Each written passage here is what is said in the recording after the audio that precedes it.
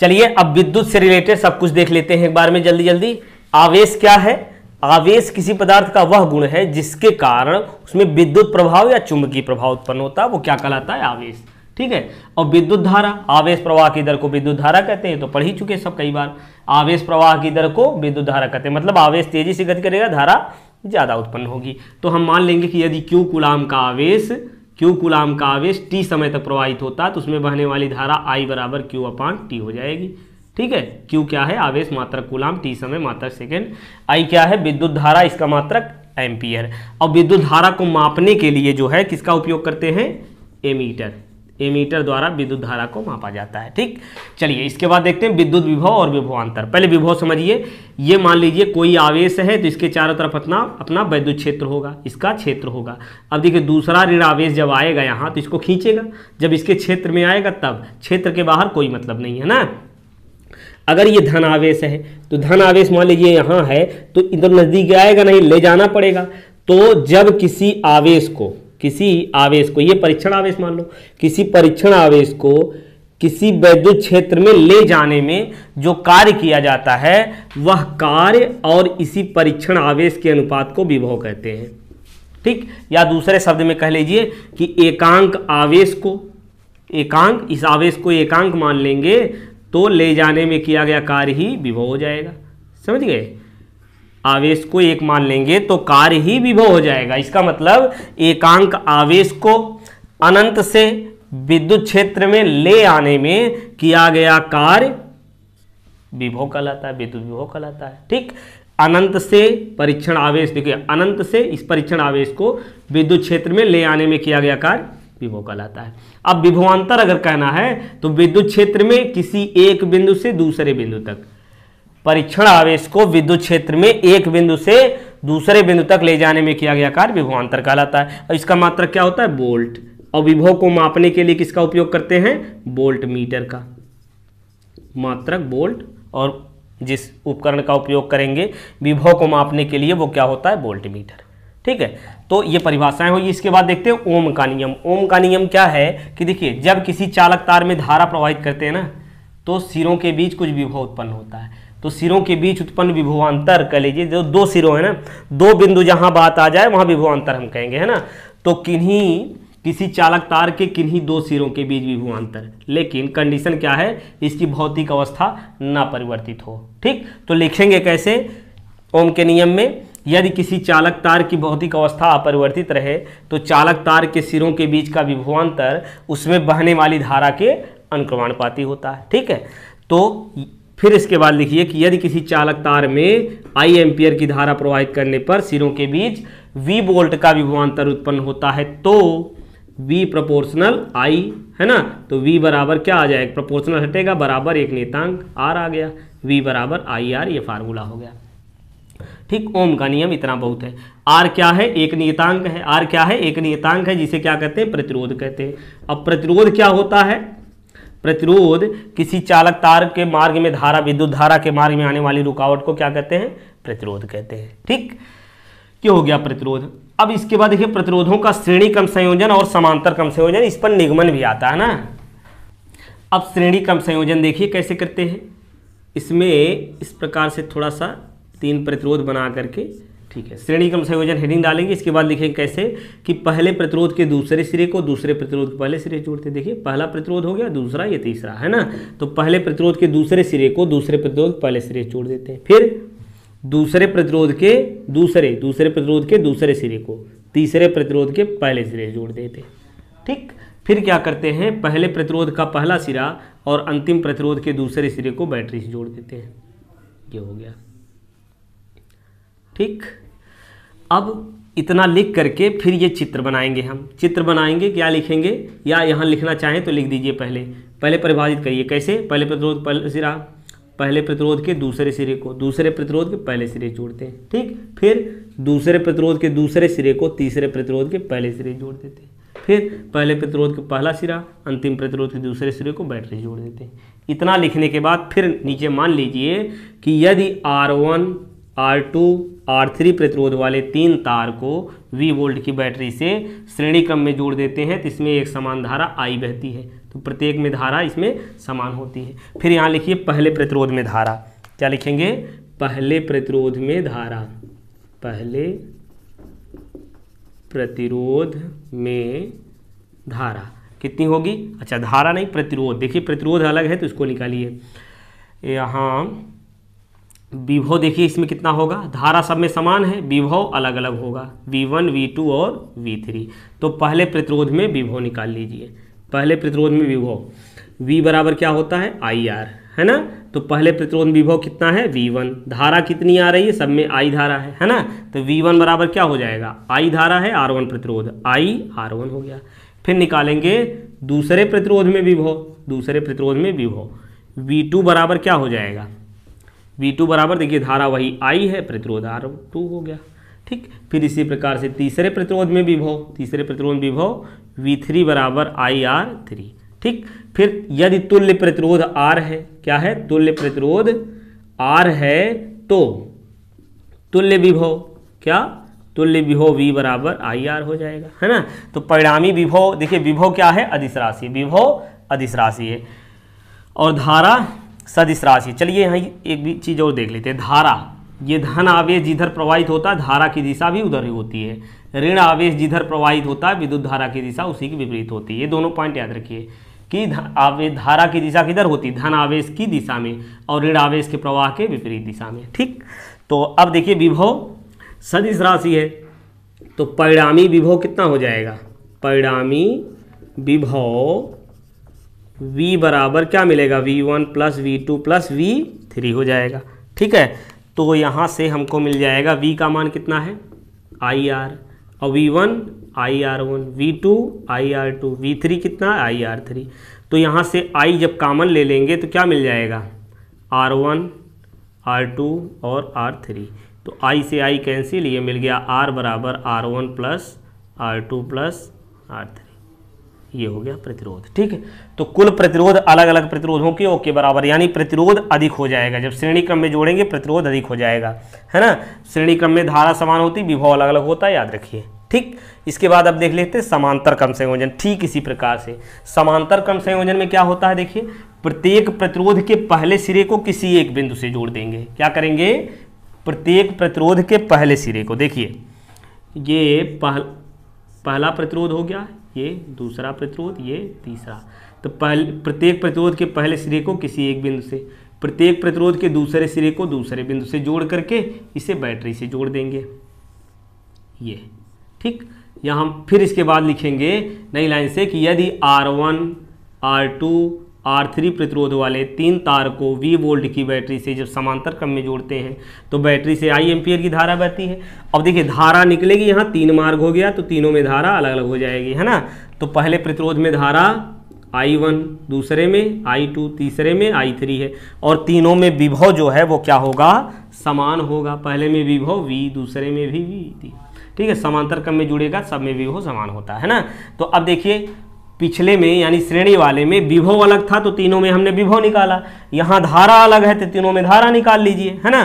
तो धारा कैसे निकालेंगे, यहाँ लिखिए क्रम से, क्या लिखेंगे, पहले प्रतिरोध में, ये पहले प्रतिरोध में क्या, धारा, पहले प्रतिरोध में धारा I बराबर क्या होता है, देखिए V बराबर IR अभी लिखा था, तो I बराबर क्या होगा, V अपान R ना, विभव बटे प्रतिरोध। तो I1 देखिए इसमें धारा है, विभव कितना है V, प्रतिरोध R1, ठीक। I बराबर V अपान R ना, तो V अपान R1 हो गया। फिर निकालिए दूसरे प्रतिरोध में धारा, दूसरे प्रतिरोध में धारा कितनी हो जाएगी, I2 बराबर V अपान R2। फिर तीसरे प्रतिरोध में धारा I3 बराबर V अपान R3 हो गई। अब तुल्य धारा I बराबर V अपान R, यदि तुल्य प्रतिरोध R है तो तुल्य धारा I हो जाएगी। तो कुल धारा देखिए संधि का नियम क्या है, जितनी धारा आएगी उतने निकलेगी, यानी समस्त धाराओं का योग बराबर होगा। तो यहाँ लिखेंगे कुल धारा या तुल्य धारा आप लिख सकते हो I बराबर I1 plus I2 plus I3। I बराबर क्या होगा, यहाँ से मान रखिए सब क्रम से, I बराबर V अपान R, I1 कितना मिला, V अपान R1, V अपान R2, V अपान R3, ठीक है। तो यहाँ से मिल जाएगा v अपान आर, यहाँ से v ले लो कॉमन, मिला 1 अपान R1 प्लस 1 अपान R2 प्लस 1 अपान R3।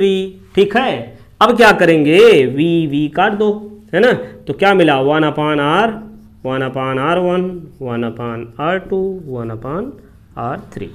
ये हो गया तुल्य प्रतिरोध इस प्रकार से। ठीक, तो इसमें देखिए जो प्रतिरोध मिला है ये व्युत्क्रमों का योग है, इसका मतलब प्रतिरोध कम हो जाएगा। जब श्रेणी क्रम में जोड़ेंगे तो प्रतिरोध कम हो जाएगा, प्रतिरोध कम हुआ तो धारा बढ़ जाएगी। प्रतिरोध मतलब धारा के मार्ग में आने वाली रुकावट कम हो गई तो धारा बढ़ जाएगा। अब अगर श्रेणी क्रम में जोड़ते हैं तो क्या होता है, प्रतिरोध बढ़ जाता है और धारा कम हो जाती है। ठीक, चलिए इसके बाद देखते हैं विशिष्ट प्रतिरोध। अब समझिए यहां ध्यान से, प्रतिरोध जो होता है, प्रतिरोध ये क्या है, धारा के मार्ग में आने वाली रुकावट है। अब समझिए अगर तार की लंबाई ज्यादा हो गई, क्या हो गई, तार की लंबाई ज्यादा हो गई तो प्रतिरोध बताइए कम होगा कि ज्यादा होगा। बैटरी थोड़ा सा कम चार्ज है, छोटा सा तार लगा करके बल्ब जलाइए, ज्यादा जलेगा, जलेगा कि नहीं, बड़ा सा तार लगा करके जलाएंगे तो कम जलेगा। क्यों, क्योंकि प्रतिरोध बढ़ गया। तो सीधी बात यहां समझिए, किसी चालक तार का प्रतिरोध जो होता है ना वो लंबाई के अनुप्रमानुपाती होता है, यानी लंबाई तार की बढ़ गई तो प्रतिरोध बढ़ जाएगा, और क्षेत्रफल अगर बढ़ गया तो प्रतिरोध कम हो जाता है। तो किसी चालक तार का प्रतिरोध लंबाई के अनुप्रमानुपाती, क्षेत्रफल के व्युत्क्रमानुपाती होता है। बस अब यहां से क्या करेंगे, R बराबर एक यहाँ नियतांक आता है, इसी को हम कहते हैं विशिष्ट प्रतिरोध।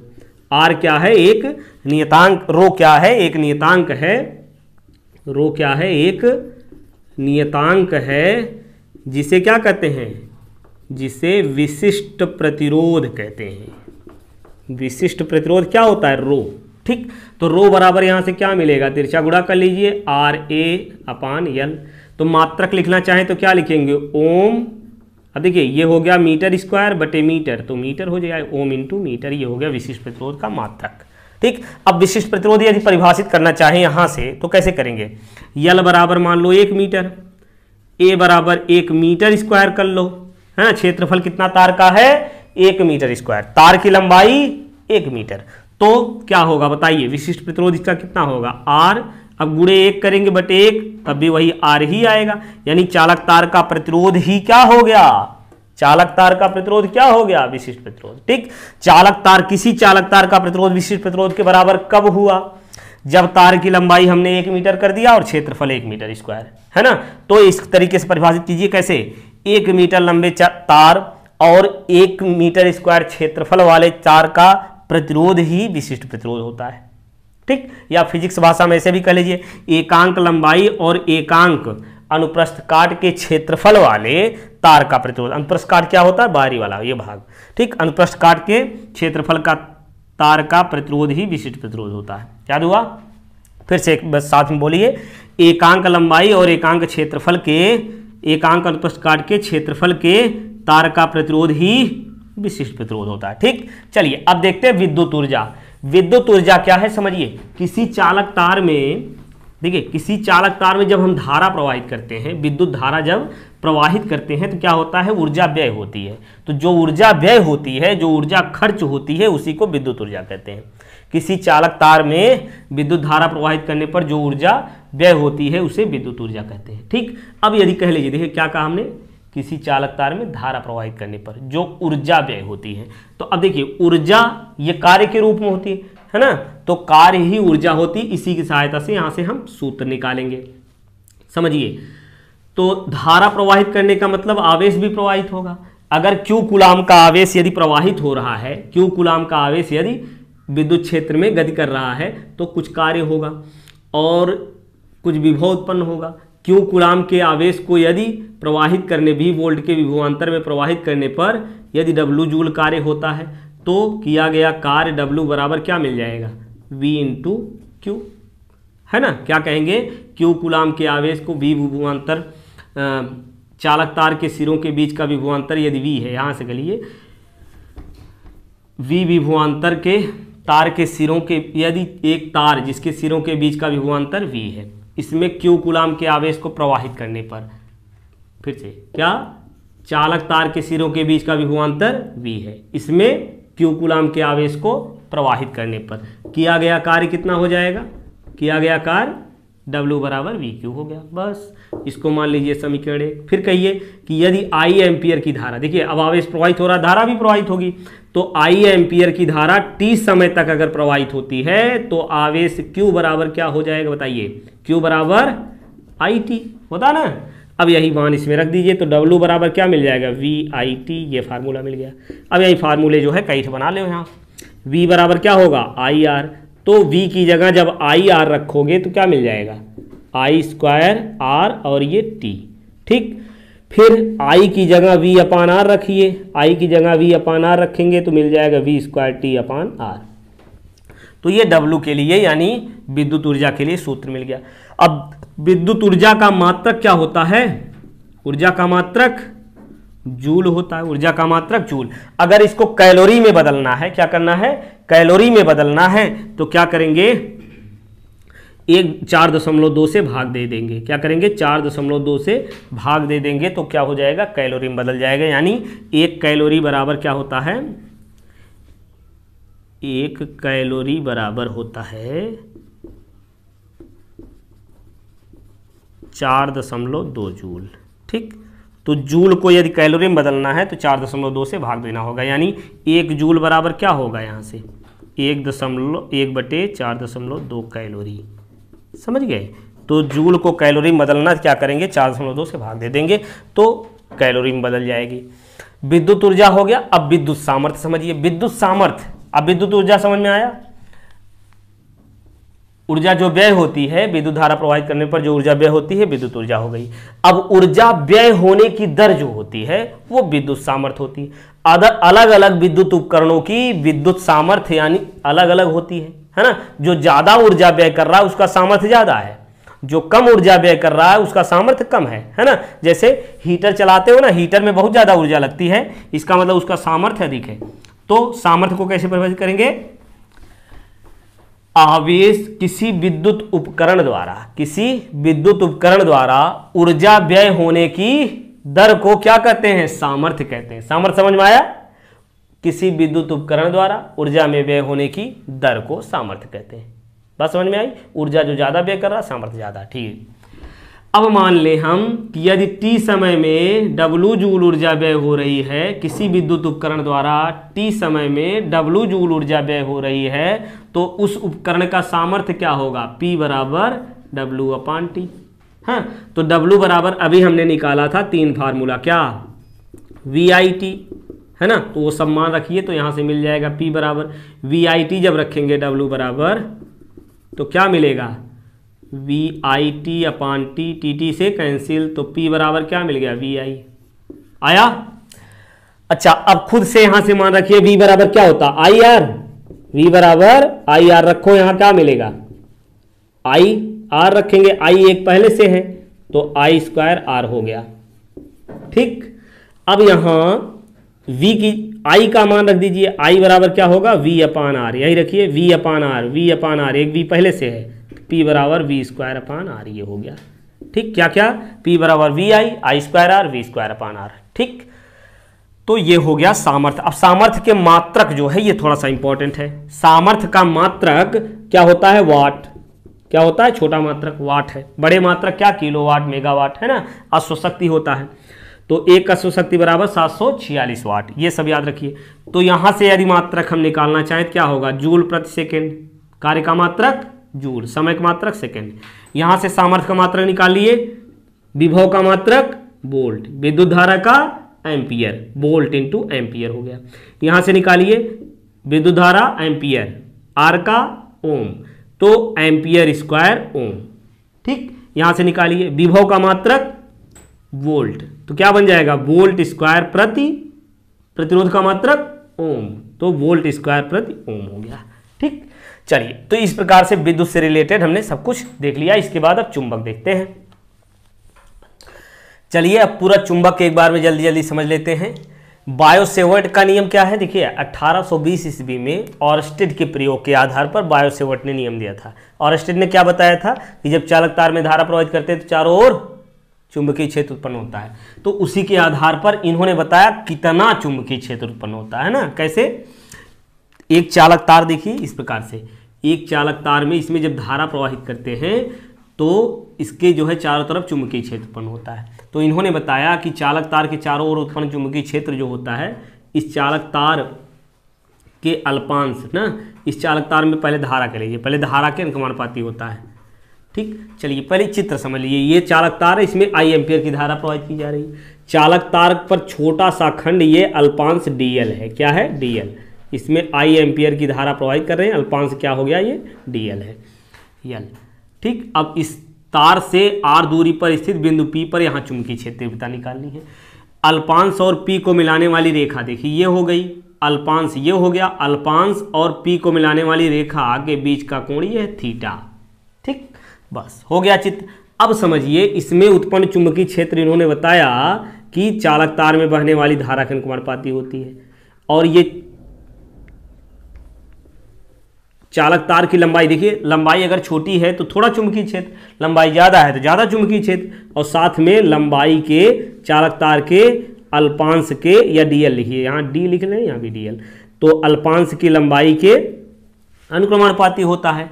और देखिए मिलाने वाली रेखा, अल्पांश और P को मिलाने वाली रेखा तथा अल्पांश के बीच के कोण थीटा की ज्या के अनुक्रमानुपाती होता है, यानी dB प्रोपोर्शनल साइन थीटा हो जाएगा, है ना।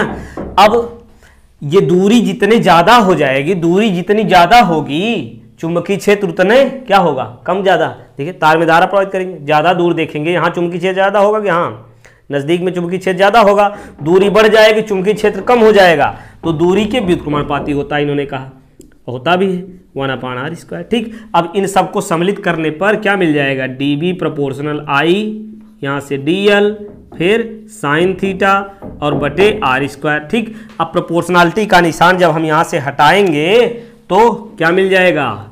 dB = μ0/4 pi I dl sine theta. ये हो गया चुंबकीय क्षेत्र। ठीक, अब देखिए चुंबकीय क्षेत्र में धारावाही चालक तार पर बल, इसको समझिए। बी चुंबकीय क्षेत्र में धारावाही चालक तार, देखिए एक समान चुंबकीय क्षेत्र है, ऐसे समझ लीजिए।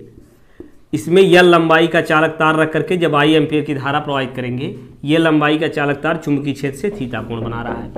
चुंबकीय क्षेत्र बी है, यह लंबाई चालक तार है, इसमें धारा प्रवाहित करेंगे तो बल लगेगा ही, क्योंकि चुंबकीय क्षेत्र पहले से है। अब तार में धारा प्रवाहित करेंगे तो चुंबकीय क्षेत्र उत्पन्न होता है, तो दो चुंबक हो गए तो उनके बीच बल तो लगेगा ही, वही बल बताना है। तो इसमें लगने वाला बल F बराबर IBL साइन थीटा होता है। आप इसको इस प्रकार से लिख सकते हैं कि एक समान चुंबकीय क्षेत्र बी में I एम्पियर की धारा प्रवाहित करने पर, इस चालक तार के अल्पांश में I एम्पियर की धारा प्रवाहित करने पर, जो चुंबकीय क्षेत्र के साथ थीटा कोण पर है। ठीक, तो इस पर लगने वाला बल जो होता है वो IBL साइन थीटा होता है। ऐसे लिखिए, या लगने वाला बल धारा के अनुक्रमानुपाती होता है, लगने वाला बल चुंबकीय क्षेत्र के अनुपानुपाती होता है, लगने वाला बल लंबाई के अनुक्रमानुपाती होता है, लगने वाला बल चुंबकीय क्षेत्र और चालक तार के बीच की कोण की ज्या के अनुक्रमानुपाती होता है। फिर सम्मिलित कर लीजिए, सम्मिलित करने पर क्या मिल जाएगा? IBL साइन थीटा, है ना, प्रोपोर्शनल। अब यहाँ नियतांक जो होगा उसको 1 मान लीजिए, IBL साइन थीटा, ये हो गया F। ठीक, अब इसी प्रकार से चुंबकीय क्षेत्र में गतिमान आवेश पर बल, जब चुंबकीय क्षेत्र में यदि हम कहें कि Q कूलाम का आवेश यदि V वेग से B चुंबकीय क्षेत्र में थीटा कोण पर गति करता है, तो उस पर लगने वाला बल F बराबर होता है QVB साइन थीटा। हो गया, ठीक है। अब देखिए फ्लेमिंग के बाएं दाएं हाथ का नियम भी यहीं देख लेते हैं ना, यहाँ हमने लिखा नहीं, बता दे रहे हैं।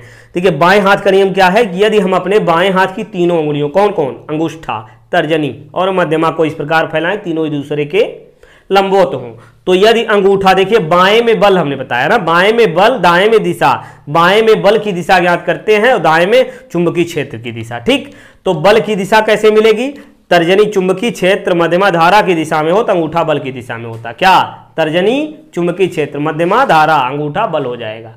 तर्जनी चुंबकीय क्षेत्र मध्यमा धारा, अंगूठा बल, अंगूठा बल, तर्जनी चुंबकीय क्षेत्र मध्यमा धारा होता है।